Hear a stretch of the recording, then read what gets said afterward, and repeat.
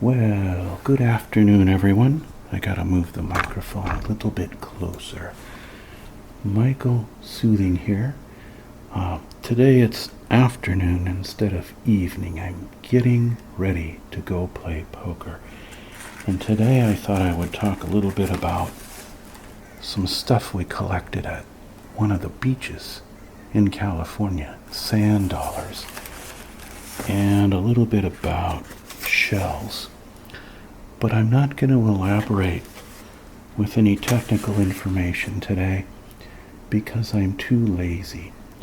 However, I do have this book about shells, and sometime we'll talk in more depth about some of the shells and the sea creatures that create these shells.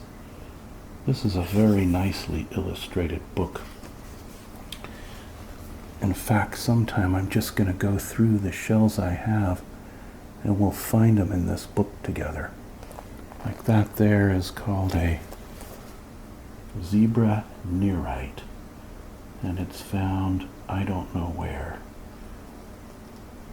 Body habitat, brackish waters in the supralittoral zone. Distribution, islands of the Caribbean, Southeast Florida, Bermuda, etc.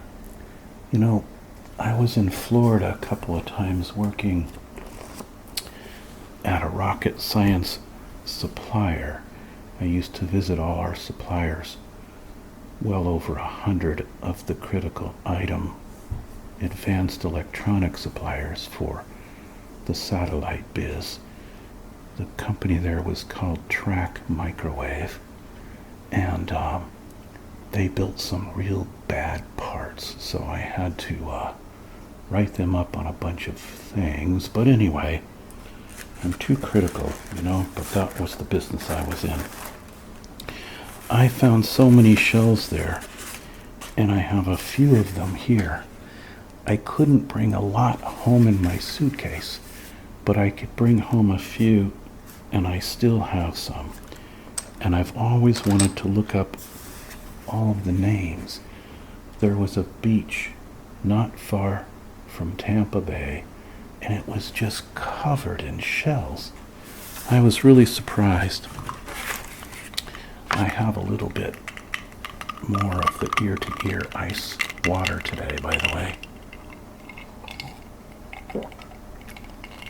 It's another warm day. The dog days of summer, right? Anyway, this will be a somewhat short video. Look here. Joanne made some dark chocolate muffins, but they're gluten-free because, no, I'm not turning into a gluten-free freak, but she's suspicious that she might be gluten sensitive because she keeps having various issues. So she made these, and it's the first gluten-free baked object I've ever eaten that I actually liked. So, but you have to eat the part that has the chocolate, like there, see? I think I'm gonna have a bite before I play poker because this will raise my blood sugar just enough. It's actually pretty yummy. But this isn't a mukbang video, so we won't do any more of that now. Instead, we'll talk about, first of all, these sand dollars. I talked to you about sand dollars in another video one time, and so I won't go back into the details of that. But the interesting thing here is I've got to find the one that she picked up that has a perfect, see, they're all pouring out sand. See how the sand's pouring out of that guy? I don't know if you can see it. We'll hold it up close here. They're all full of sand still. And so I don't know how to get rid of all the sand in them, because now you can see there's sand all over the plate, right? It wasn't that way before. I think you'd have to sit and pour them all out individually, one by one. See it coming out? These have been dry now for about 3 months. They don't have any kind of bad scent or anything like that. Where is the one that she had? Oh, here it is. This one came apart in 2 pieces. And so it looks completely different than the rest, because you can see a perfect impression of the top half. See, normally they look like this, of course, on the side that's upright. And there's the back with the little breathing and food hole. Actually, I think that's the anal orifice, but anyway. But this one, I've never seen one like this, okay? It's got the perfect sand dollar on the front, but on the reverse, this is very delicate, I gotta be real careful. On the reverse, it doesn't have the bottom half. Instead, it's got the perfect, like a Canadian leaf almost, like a maple leaf impression. We never found one like this before, so we have to be very careful to preserve it someplace. I'll put it on the table here, and then someone will, of course, break it, right? So, but anyway, I'll tell you about the trip we took to get these sand dollars. We found them on a beach. Uh-oh, I forgot to shave. I want to grow back the mustache, but Joanne insists that I don't. Maybe we'll compromise and I'll grow it back some of the time. It's not possible to have it one day and not the next, and then have it again the next. Anyway, we took a trip down to California, and we found these at a specific beach, which I'm going to even tell you the name of. Let me see if anyone can guess the beach, the name of the beach, but not if you live in San Luis Obispo County, where it is, because then you'll know, and that would be cheating. It's not far from Morro Bay. It's quite close, in fact, maybe even part of Morro Bay. And the name of the beach is, where you find sand dollars, is called, shh, don't tell anyone, Sand Dollar Beach. Okay, that's the secret name where you can find sand dollars. Anyway, this isn't all the sand dollars we found. We found, I think, well, there were hundreds on the beach. This was in the spring, in the month of May. By the way, here's today's hat item. It's a abalone shell, but it's the top side, not the pretty polished side that you see so often. So, but there's still good colors, don't you think? Nice colors on that. Abalone shell. Those are along the California coast, also the north coast. You can find them. I have found many abalones. Joanne has some plan for these. I don't know what her plan is. Some kind of project. So I think she just made a video with them. So I'm cheating because I'm stealing her video material idea. But her video's probably whispering instead of soft spoken. So I'm gonna put a link, if I can remember, to her video for those of you who might like a whisper video instead, with shells and sand dollars. I haven't watched it yet. So I don't know if she did. I know she did sand dollars in her video, but I have no idea if she did shells. So here's the, oh, it banged into the test can. Sorry about that. Here's some of the shells that I found when I was in Florida. That one's a little bit broken. So this is some kind of interesting, looks like a starfish, but of course it's not. Had all kinds. We find these here close by on some beaches where we live now. And we find these kind of scallop type shells. Oh my goodness. That's the wind kicking up because I have the windows open and the blinds are banging against the window. Found shells like that. A wide variety of colors and types. It's amazing all the different kind of creatures that live down there, and I would be interested to know what kind of critter lives in each one, because I've always been fascinated with marine biology. We find these cones here on the local beaches too. So I don't know if these are from Florida or from here close by. Can't remember which is which in some cases. There was a cowrie here somewhere.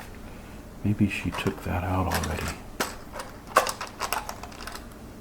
We find these on the local beaches here. So this one I think was from Florida. That's a nice looking specimen there, right? I like that. Anyway, I was telling you before I forgot and had a bout of memory lapse.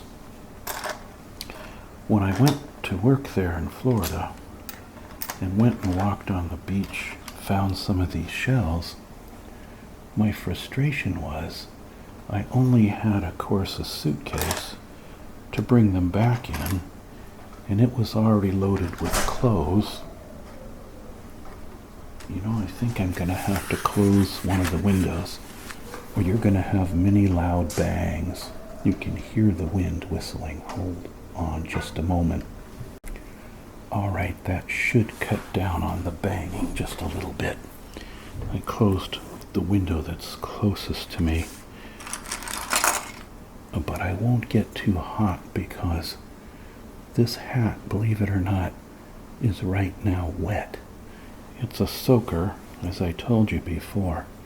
You soak it in water, and that way it keeps your head cool instead of hot. Maybe I'll wear it to the poker table later. We find these on the local beaches. As I was saying, before I was rudely interrupted by that crow that you just heard in the background. When I was in Florida finding these shells, I could only bring back, I don't know, maybe 50 or 100 of them. I can't remember how much. It was quite a long time ago. And my frustration was there was thousands and thousands of these shells just covering the beach because of a recent storm. And I thought, wow, if I lived close by here, I could collect thousands of shells. But I wasn't able to do that. So I picked up what little I could fit into the suitcase, and that's what I had to satisfy myself with. Well, here's one of the ones we were just looking at, or similar. It's called a hexagonal murex, Muracopsis. See, we were looking at one of those. Let's see what else they have in here. This is kind of a handy reference book because they color code where you find all the shells in different parts of the globe there, or different parts of the magic disc if you're a flat earther. Here's one of the critters when it's alive. A lot of them have little tentacle things sticking off them in all directions there to walk around on the bottom. Others are cephalopods and things that have a big foot on the bottom, like that. Big foot comes out and they cruise along reefs looking for things to devour. Oh, look here, an octopi. I would like to find a nautilus shell. Here's an octopi. Octopies are very smart critters, very clever. Look up on YouTube the octopus that chased something. What did it chase? A crab. Octopus catching a crab. If you plug that into your search engine, you'll see how clever a predator they are. Of course, these things just look like underwater snails because they're, underwater snails. So, I really like, I don't know why, but I really like,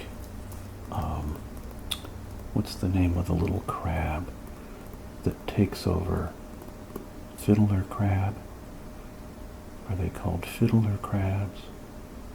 Anyway, they take over the shells of the empty shells of other creatures and use that. They just kind of steal their house,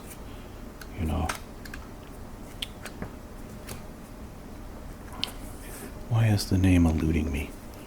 I have chemo brain at the moment. I hope I can play poker properly. I think I'll be able to. I'll just take my time. I'll take my time with each decision. Being a little bit slower in your cognitive faculties means better ASMR because it means being very relaxed. I don't think I could actually do, for example, a hyped up, aggressive Jody Arias video right now. Anyway, you can see this field guide has everything in it. It's got how many pages?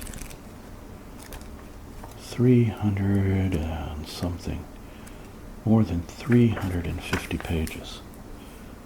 This looks like a nice specimen of abalone right there. Elongated, but not with as beautiful colors as I'm used to seeing in the ones we have found. Of course, there are fossil shells that you can find on occasion. This is a cowrie. And we had a cowrie here somewhere. I don't know what Joanne did with it. It's not in this anymore. It's not. Oh, I'm going to have to reposition the microphone next time in front of me so it's not right next to my arm. I have it on a tripod off to my left here, and so you can't really do good ear to ear with it in the way it's positioned. But anyway, this is just going to be a short video today. Sometime in the future, we will delve with more depth into all the shells in this book, and I'll see how many specimens I have that I can show you where we can identify them. We get a lot of these or ones that look very similar, this kind of clam along our local beaches here. I get, of course, what they call purple varnish clams and several other types. The coast of Oregon is known for good clamming, but if you try to tell me the secrets of where the best agate beaches are, I will just clam up. So just be aware of that. Yeah, I know.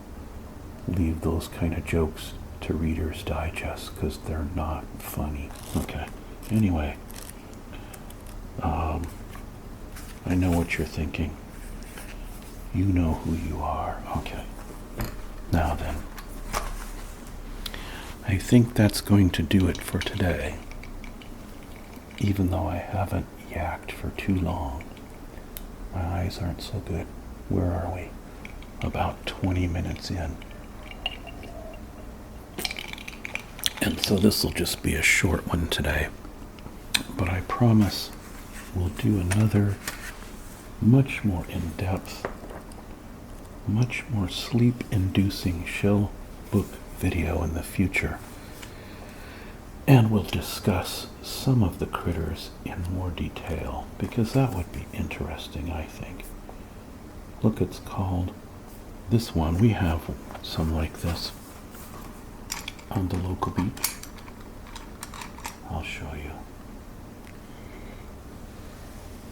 We have a lot like this on the local beaches. And these are called a rhinoclavis, a horn shell, since it looks like a rhino horn, sort of. So,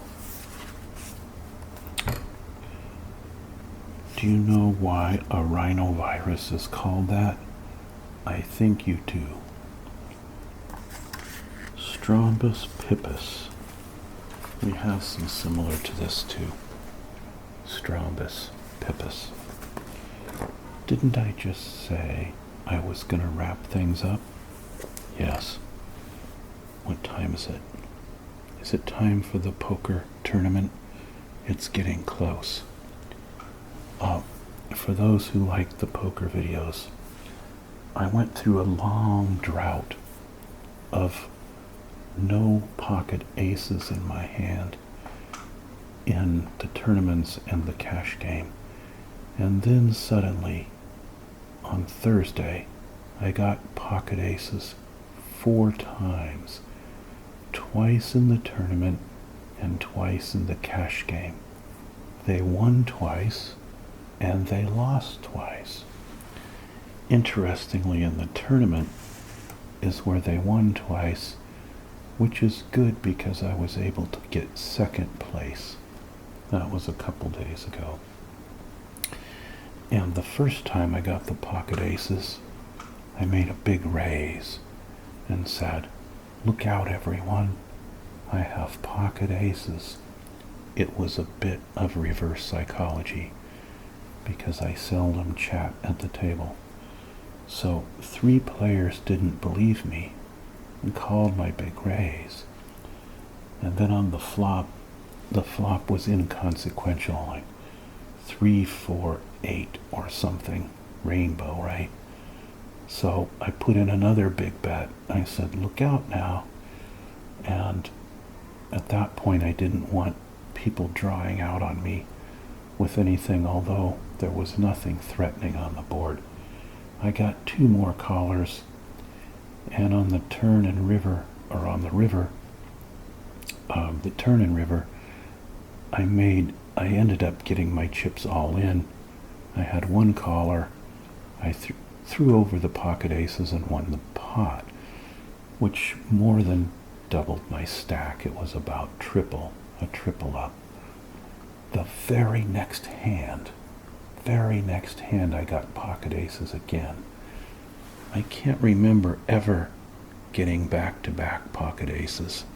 So, I was third to act after the small and large blind. So I made a big raise and said, "Look out, everyone. I got pocket aces again. I know you won't believe me, but I do." Right? And I put out a massive raise. And of course, they didn't believe me. I got 2 callers again. The flop was favorable to me again. I put all my chips in. One player folded. One called me all in. And I doubled up again. So, wasn't quite a double up because he didn't have as many chips as me. But it was a nice big pot. Just a bit of reverse psychology, you know. And it's a nice setup for the future because I'll call out my hand, of course, wrongly sometime. Look out, I have pocket kings. Now they'll start getting suspicious and say, maybe he's really got the pocket kings because he likes to mess with our minds this way, right? So, anyway, that was that. I'm off to play another tournament in cash game, and I don't expect 4 pocket aces. In fact, I expect to never see pocket aces ever again, since I had them 4 times in 3 hours, including the back-to-back ones. But anyway, never mind all that. Take care, everyone. Go to a beach if you have one close by and find some goodies. And if not,